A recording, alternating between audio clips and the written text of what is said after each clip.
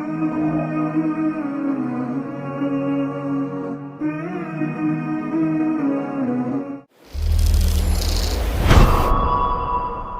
الحمد لله نحمده ونستعينه ونستغفره ونعوذ بالله من شرور أنفسنا ومن سيئات أعمالنا من يهده الله فلا مضل له ومن يضلل فلا هادي له أشهد أن لا إله إلا الله وحده لا شريك له وأشهد أن محمدا عبده ورسوله صلوات الله وسلامه عليه وعلى آله وأصحابه ومن تبعهم بإحسان إلى يوم الدين. أما بعد, ang lahat ng pagpupuri, pasasalamat ay nauukol lamang kay Allah subhanahu wa ta'ala. Pinupuri natin ang Allah subhanahu wa ta'ala, at kay Allah subhanahu wa ta'ala tayo ay umaasa at humihingi ng tulong. Tayo ay magpakumbong kay Allah mula sa kasamaan ng ating mga sarili at sa kasamaang dulot ng ating pagsuway sa Kanya. Katotohanan na sino mang patnubayan ni Allah subhanahu wa ta'ala sa matuwid na landas sa pananampalatayang Islam ay walang sino man ang maaaring makapagligaw sa Kanya. At sino mang hayaan ni Allah sa pagkaligaw sa pagkatayo niya ng patnubay, ay walang sino man ang maaaring makapaggabay sa Kanya. Tayo ay sumasaksi na walang ibang Diyos na karapat dapat sambahin iban lamang ang Allah subhanahu wa ta'ala. Siya lamang at wala siyang katambal. At tayo rin ay sumasaksi na si Propeta Muhammad sallallahu alaihi wasallam ay alipin at huling sugo ng Allah subhanahu wa ta'ala.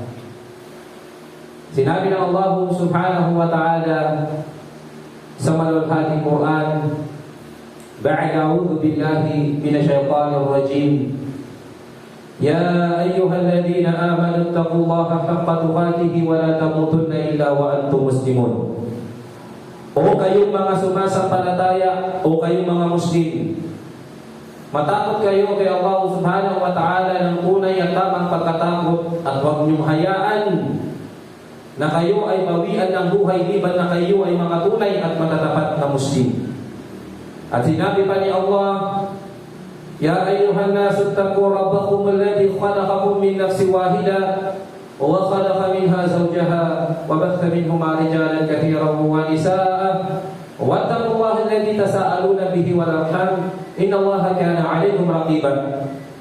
Usang katauhan, katakutan ninyo ang inyong Panginoon na si Allah na siyang lumikha sa inyo mula sa unang tao, ang ating ama na si Adam alayhi salam, at mula sa kanyang tadyang ay nilikha ang kanyang asawa, ang ating ina na si Eva alayhi salam, at mula sa kanilang dalawa ay lumabas ang maraming mga kalalakihan at maraming mga kababaihan. Matakot kayo kay Allah, tunay na Allah subhanahu wa ta'ala ay lagi nang nakamasid, lagi nang nakababatid sa lahat ng inyong mga ginagawa. At sinabi pa ni Allah, fattaqu yawman turja'una fihi ila Allah thumma tuwaffa kullu nafsin ma kasabat wa hum la yuzlamun. Katakutan ninyo ang araw na kayong lahat ay magbabalik kay Allah, at ang bawat isa sa araw na yun ay makukuha ang anumang bunga ng kanyang gawa, mabuti man o masama, at walang sino man ang dadayain sa araw na yun, sapagkat ang hahatol sa ating lahat ay ang pinakamakatarungang tagapaghatol, walang iba kundi ang Allah subhanahu wa ta'ala. Mga kapwa-alipin ng Allah subhanahu wa ta'ala, ilang araw mula ngayon ay darating sa atin insyaallah ang mabiyayang buwan ng Ramadan. At ang BARM o ang Grand Mufti ng BARM ay nag-anunsyo na isasagawa ang Monsaini sa darating na Martes, February 17. Sabihin mga alipin ng Allah, kung sa kanilang pagsilip ng buwan ay masumpungan sa gabing iyon, ang buwan ng Ramadan, tayo ay magtatarawih sa gabing iyon. Sinyalis na pumasok na ang buwan ng Ramadan at sa kinaumagahan noon, tayo ay mag-aayuno. At kung hindi naman masumpungan ang buwan ng Ramadan, sa gabi na yun ay kukumplituhin ang ika-30 days ng buwan ng Sha'ban. At sa kasunod na araw, ibig sabihin tayo ay mag-aayuno na mga alipin ng Allah subhanahu wa ta'ala. Kaya bilang mga Muslim, marapat na tayo ay mag-abang at magantay ng anunsyo ng ating mga ulama na nasa kinauukulan upang sa gano'n na hindi tayo magkaroon ng kalituhan kung pumasok na ba o hindi ang nabiyayang buwan ng Ramadan. Mga alipin ng Allah subhanahu wa ta'ala, ang buwan ng Ramadan ay ikasyam na buwan sa Islamic Hijri calendar. Marapat na malaman ng bawat isang mananampalataya na Ramadan ay kabilang lang sa pangalan ng mga buwan sa Islamic Hijri calendar. Ito po ay pang-siyam na buwan sa Islamic calendar, sa Hijri calendar. At ang ginagawa natin sa buwan ng Ramadan, tayo ay nag-aayuno. At marapat din maunawaan ng isang Muslim kung ano ba ang kahulugan ng tinatawag na sawm o pag-aayuno. Ang ating mga ulama, sila ay nagsabi na ang ibig sabihin ng sawm o pag-aayuno sa lugatan o sa literal na kahulugan, ito ay nangangahulugan ng imsak. Na ang ibig sabihin ay paghinto o pagtigil. Yun ang literal na kahulugan nito mga alipin ng Allah. Subalit, sa syara'an, sa Islamikong terminolohiya, sabi ng ating mga ulama, ang pag-aayuno, ang ibig sabihin nito, at-ta'abbudu lillahi ta'ala bil-imsak anil muftarati min al-tulu'i fajr ila ghurubi syams. Sinasabi ng ating mga ulama na ang pag-aayuno, ito ay pagsamba sa Allah subhanahu wa ta'ala. So, dito pa lang sa pagbibigay nila ng kahulugan, maunawaan na natin na ang gawaan ito ay hindi pagpapahirap sa bawat Muslim. Hindi ito penitensya na tulad ng ginagawa upang unawa ng iba. Bagkus, ito ay pagsamba sa Allah subhanahu wa ta'ala sa pamamagitan ng pagpigil sa lahat ng mga nakakasira nito. Tulad ng sadyang pagkain, pag-inom, pag-inipagtabi sa asawa, maging ang pagsasalita ng mga masasama o paggawa ng masama. Kabilang yan sa mga nakakabawas ng katimpala sa pagkain. Mula bukang liwayway hanggang sa tinatawag na takip siling. Kasama ang layunin. May kasama ang layunin, dinagdag ng ating mga ulama, mahalagang maunawaan ng bawat Muslim na ang layunin ay napakahalaga bago ang pagsisimula ng pag-aayuno. Sapagkat mga alipin ng Allah, kung hindi naunawaan ng isang Muslim ang kahalagahan ng pag-aayuno ng niya, layunin sa pag-aayuno sa buwan ng Ramadan, ay maaaring mawalan ng saysay ang kanyang pag-aayuno. Dahil sinabi ni Propeta Muhammad sallallahu alaihi wasallam, innamal a'malu binniyat wa innamal likulli imrin ma nawa. Ang lahat ng gawain, sabi ng Rasul sallallahu alaihi wasallam, ay nakadepende sa ating layunin. Gagantimpalaan ang bawat isa sa atin depende sa kanyang layunin. Kaya naman, ang kahalagahan ng layunin na ito, pagkakaroon natin ng ikhlas sa Allah subhanahu wa ta'ala, ay kondisyon upang matanggap ang ating pagsamba. Naku, kaya sinasabi ng ating mga ulama, ang isang Muslim na hindi siya naglayon na mag-ayuno sa buwan ng Ramadan, at siya ay nag-ayuno, dito maaaring gutom uhaw pagod ang kanyang makakamit. Kaya pinapayawan tayo ng ating mga ulama na pagsisimula ng pag-aayuno ang buwan ng Ramadan, meron sa kanila ang nagsabi na ang ating layunin ay minsanan. Ang layunin ay gawain ng puso at hindi binibigas ng ating dila. Hindi natin sasabihin na ako ay mag-aayuno bukas, sapagkat ang layunin ay lugar ng puso at hindi ng dila. O bago sumapit ang buwan ng Ramadan, mga alipin ng Allah, ihanda natin na tayo ay maglalayon na pag-ayunuhan ang buong buwan ng Ramadan. At ang ilan din sa kanila ay nagsabi na tuwing gabihan upang makatiyak na tayo ay nasa tamang layunin. Tuwing gabi, tayo ay dadayon na tayo ay mag-aayuno sa mga araw ng buwan ng Ramadan. Mga alipin ng Allah subhanahu wa ta'ala, mga kapatid, sa pananampalatayang Islam, mahalagang kaalaman na dapat malaman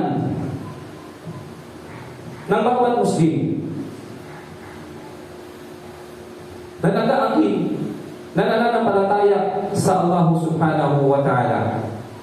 Sino-sino nga ba ang mga inubigan ng Allah subhanahu wa ta'ala na dapat mag-ayuno sa mga araw ng buwan ng Ramadan? Malagang malaman ito ng bawat Muslim. Syurutu wujubi sawmi Ramadan.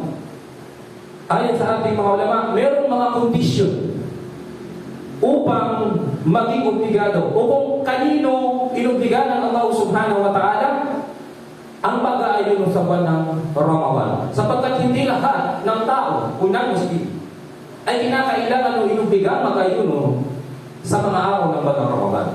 Ang una na nito, mga alipin ng Allah, kailangan siya ay Muslim. Siya ay isang Muslim na nananampalataya kay Allah. Sapagkat ang hindi mga mananampalataya ay hindi naman sila inutusan inubligan na mag-ayuno sa buwan ng Ramadan. At kahit sila ay mag-ayuno sa buwan ng Ramadan ay hindi nila makakamit ang gantimpala mula kay Allah subhanahu wa ta'ala.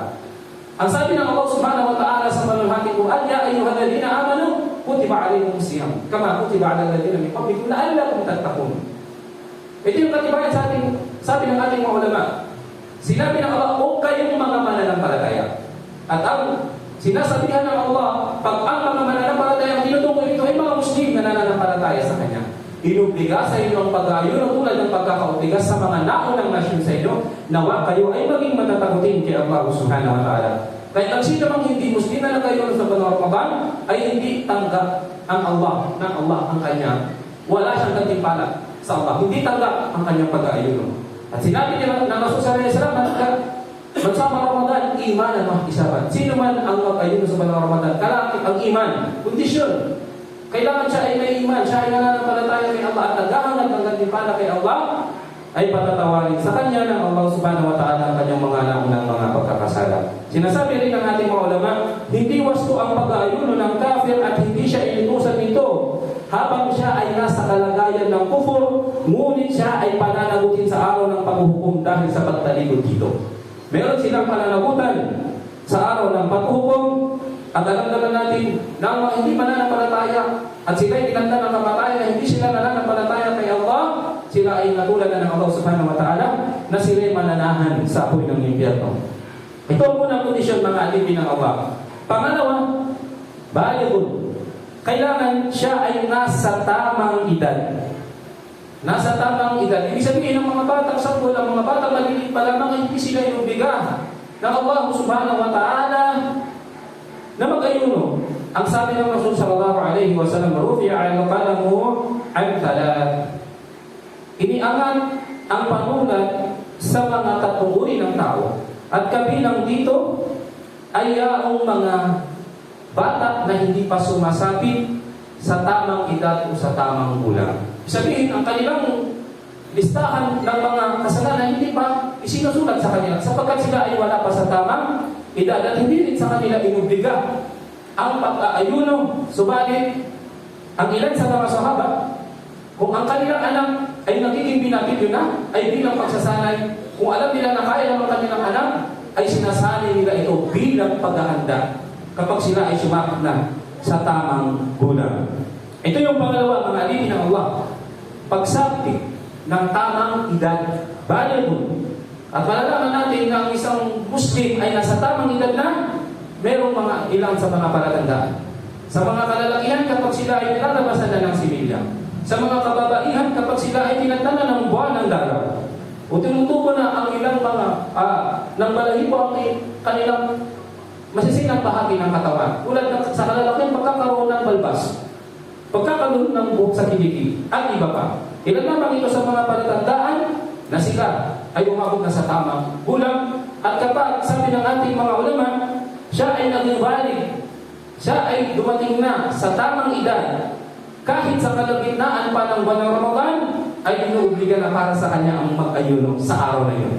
Kapag siya ay tinatnan ng tamang edad, gulang, sa kaligtaan ng buwan ng Ramadan, ay siya ay uubligahin magtayuno. Pangatlo, al-aqil.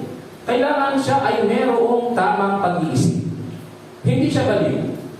Sapagkat kabilang dito sa binanggit ng Rasulullah sallallahu alaihi wasallam, nakabilang sila sa mga tao na hindi nalilista ang kanilang mga kasalanan. Ang bata na wala pa sa tamang edad, gayon din ang isang wala sa tamang pag-iisip. Sa kanila ay hindi inubliga ng Allah subhanahu wa ta'ala ang pag-aayuno at sila ay walang pananagutan. Pang-apat, qadirun. Kailangan sila ay mayroong kakayahang mag-ayuno. Ibig sabihin, mga alipin ng Allah, siya ay nasa malusog na pangangatawan, siya ay malakas. At sabi ng Allah subhanahu wa ta'ala, "Faman kana minkum maridan aw ala safarin, fa'iddatun min ayyamin ukhra." Sabi ng Allah, sino man sa inyo ang may malubhang karamdaman, sakit, o nasa paglalakbay, ang kanyang pag-aayuno ay sa ibang araw na lamang. O siya ay magbabayad. Inilista niya yung mga araw na yun na hindi niya napag-ayunuhan sa hit ng kanyang pagkakaroon ng karamdaman na hindi niya kayang isagawa ang pag-aayuno, at papayagan niya yun pagkaraan ng buwan Ramadan ang mga araw na hindi niya napag-ayunuhan. Kapag ang pag-aayuno, sabi ng ating mga ulama, ay nakakasama o labis na mabigat sa may sakit, siya ay hindi mag-aayuno sa araw na yun. Subalit kung ang kanyang sakit ay permanente at wala ng pag-asang gumaling, siya ay nagpakonsulta sa doktor at sinabi ng doktor na hindi na pwede sa kanya ang pag-aayuno dahil maaari niyang ikapahamak o ikamatay.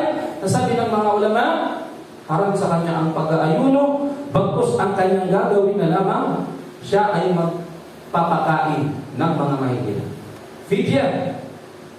Tandaan natin ito, mga alipin ng Allah subhanahu wa ta'ala. Subalit kung ikaw ay may karamdaman, na simpleng karamdaman, tulad ng pananakit ng ulo na normal na nararanasan habang nag-aayuno, simpleng pananakit ng tiyan, ay kailangan mo pa rin ituloy ang iyong pag-aayuno. Sapagkat ito ay mga normal na nararamdaman sa oras ng pag-aayuno. At panglima, mga alipin ng Allah subhanahu wa ta'ala, al-muqim. Ibig sabihin yung permanente sa kanyang lugar, hindi siya naglalakbay. Tulad ng sinabi ng Allah, o ala safari, kapag kayo ay nasa paglalakbay, at alam mo na ang iyong paglalakbay ay magiging pahirap sa iyo, tulad noon na wala pang transportasyon, ay maaaring hindi sila mag-ayuno at papalitan na lamang ang araw na yun na hindi nila na mag-ayunuhan sanhi ng kanilang pagkakaramdam ng kahirapan sa kanilang paglalakbay, kanila na lamang itong papalitan pagkalipas ng buwan ng Ramadan. Ito ay pagpapagaan sa atin ng Allah subhanahu wa ta'ala. At pang-anim, mga alipin ng Allah, khalid minal mawani'. Ibig sabihin, obligato ang pag-aayuno sa mga tao, sa mga Muslim na walang hadlang. Malaya mula sa mga humahadlang sa pag-aayuno. Ano ang halimbawa nito, mga alipin ng Allah? Tulad ng mga kababaihan. Kapag sila ay mayroong buwanang dalaw, o kapag meron silang tinatawag na nifas, yung pagturugo na lumalabas sa ng kanilang panganganak, ay hindi mo na sila mag-aayuno. Haram sa kanila ang pag-aayuno sa mga araw ng Ramadan kapag sila ay may buwanang dalaw o may tinatawag na nifas. Subalit, kanila itong papalitan pagkaraan ng buwan ng Ramadan. Ang Aisha radiyallahu anha, si Aisha radiyallahu anha, kalugdan naman siya ng Allah subhanahu wa ta'ala, qalat ay nagsabi, kunna tu'miru biqada'is sawm wala tu'maru biqada'is salah. Inutusan kami, sabi ni Aisha, ang asawa ng Rasul sallallahu alaihi wasallam, na magqada sa pag-aayuno. Ibig sabihin, palitan ng aming pag-aayuno pagkaraan ng buwan ng Ramadan kapag sila ay may buwan ng dalaw o kaya nifas.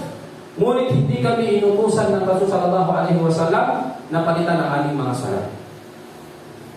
Sabi ng mga kababaihang Muslima, kapag sila may buwan ng dalaw, hindi sila nagsasalaw, hindi nila papalitan yun.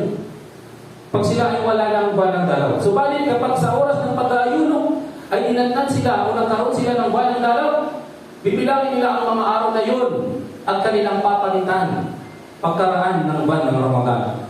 Sa ganito, mga alipin ng Allah subhanahu wa ta'ala, binanggit ng ating mga ulama, ang may mga regla o nifas ay hindi wasto ang pag-aayuno at obligado sila na magbayad o kada pagkaraan ng buwan ng Ramadan. Mga alipin ng Allah, ito ang mga binanggit ng ating mga ulama na kung saan sa mga itong ng mga tao, kalagayan, ay inubtigan ng Allah subhanahu wa ta'ala ang pag-aayuno. At sa ganitong uri din ng mga tao, ang mga Muslim ang kalagayan, ay hindi inubtiga sa kanila ng Allah subhanahu wa ta'ala ang pag-aayuno.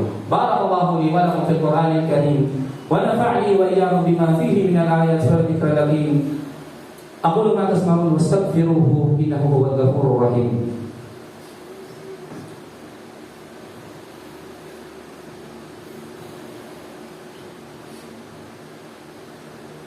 Bismillahirrahmanirrahim. Alhamdulillahi rabbil alamin. Wassalatu wassalamu ala rasulillah wa ba'd. Mufattaratus shaum. Ang mga nakakasira ng pag-aayuno. Sinasabi ng ating mga ulama, mga fuqaha, al-usul, al-aslu sihhatus shaumi hatta yaquma dalilun ala al-ihsan. Sabi nila, ang asal o ang original daw na hatol ng pag-aayuno ay wasto hanggang walang patunay na ito ay nasira. Ibig sabihin, merong mga nakakasira ng ating pag-aayuno na dapat din natin malaman. Upang sa ganun na alipin ng Allah ay hindi masayang ang ating puyat, ang ating buto, ang ating uhaw, ang ating hirap kapag tayo ay nag-aayuno. At marapat na maunawaan ito ng isang nagsasabing Muslim. Ano-ano nga ba ang mga nakakasira ng pag-aayuno sa buwan ng Ramadan upang sa ganun ay ating maiwasan? Ang una na rito, sinasabi ng ating mga ulama, al-aklu wa syurab amadan. Ang pagkain daw, wa syurbu amadan, ang pagkain at pag-inom ng sinasadya. Tandaan natin mga ibinawa, ito ay nakakasira ng pag-aayuno. Ang pagkain ng sinasadya o pag-inom ng sinasadya habang siya ay nag-aayuno, ay nakakasira ng pag-aayuno. Kaya karapat natin itong iwasan. Kaya nga doon sa kahulugan ng pag-aayuno, ito ay pag-iwan o pag-iwas sa lahat ng anumang nakakasira nito. Tulad ng pagkain at inumin. Kapag ang isang Muslim kumain o uminom, sira ang kanyang pag-aayuno kapag kanya itong sinasadya.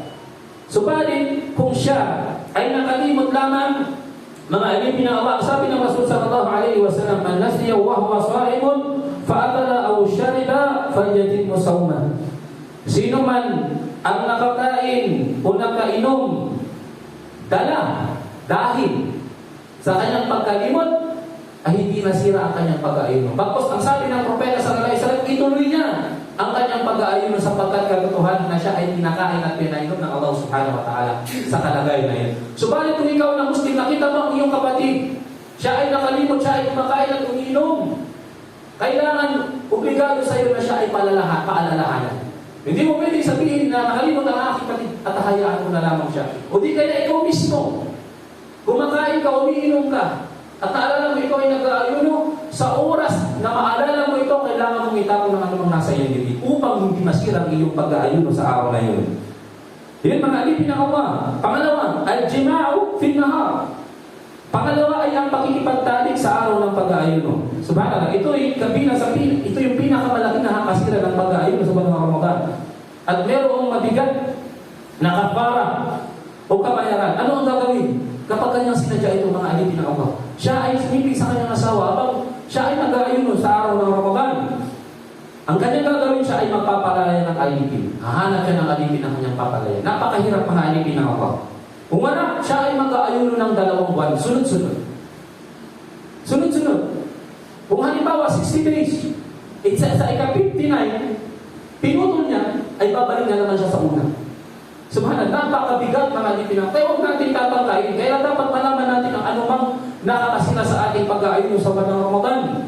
Nang sa ganun atin itong maiwasan mga alipin ng Allah subhanahu wa ta'ala. At kung hindi pa rin niya kaya, siya ay magpapakain ng 60 kataong nanghihirap. Kaya huwag natin ilagay sa mas lalong matinding trahedya sa una.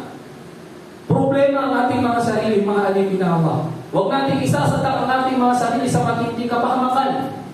Kaya mahalaga na tayo bilang mga Muslim ay mayroong mga kaalaman bago pa natin salubungin ang buwan ng Ramadan. Bago pa tayo dumating sa mabiyayang buwan ng Ramadan. Pangatlo, inzal al-mali bi shahwa. Sabi ng ating mga ulama ay ang pagpapalabas ng similya dahil sa pagnanasa. Tulad ng masturbation o paglabas ng similya dahil sa matinding pagnanasa na sa oras ng Ramadan, dapat iniiwasan natin ito mga ating pinakawa. Dahil ang Muslim, hindi lang sa pagkain at inumin umiiwas habang siya ay nag-aayuno.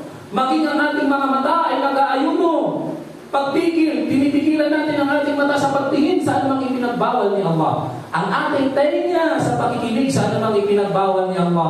Ang ating dila sa pagsasalita sa anumang ipinagbawal ni Allah. Ang ating kamay, ang ating paa. Buong katawan ng ating pinangawa. Kapag tayo ay nag-aayuno, lahat yan ay nag-aayuno rin. Mga alipinawa. Nang sa ganoon ay makamit natin ang gantimpala ng pag-aayuno sa panahon ng Ramadan at hindi tayo mapabilang sa mga nag-ayuno na ang kanilang napala ay uhaw at gutom naman.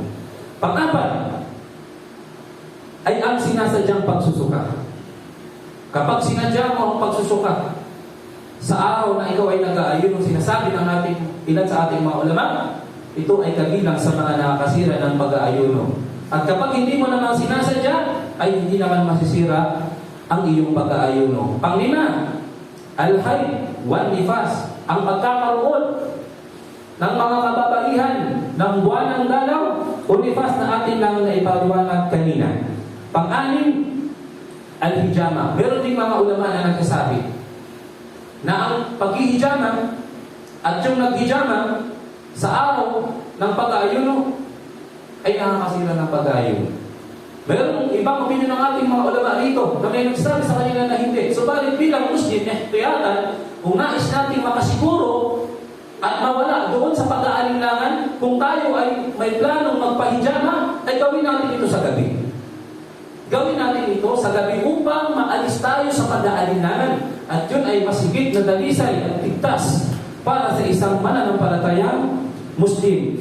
At sinasabi rin ng ating mawala pagpito, ma kana bima'ana al-akil wa syurub. Sabi nila, ano mang kapalit ng pagkain at inumin? Ano mang kapalit ng pagkain at inumin? Tulad ng dextrose. Tulad ng mga food supplement.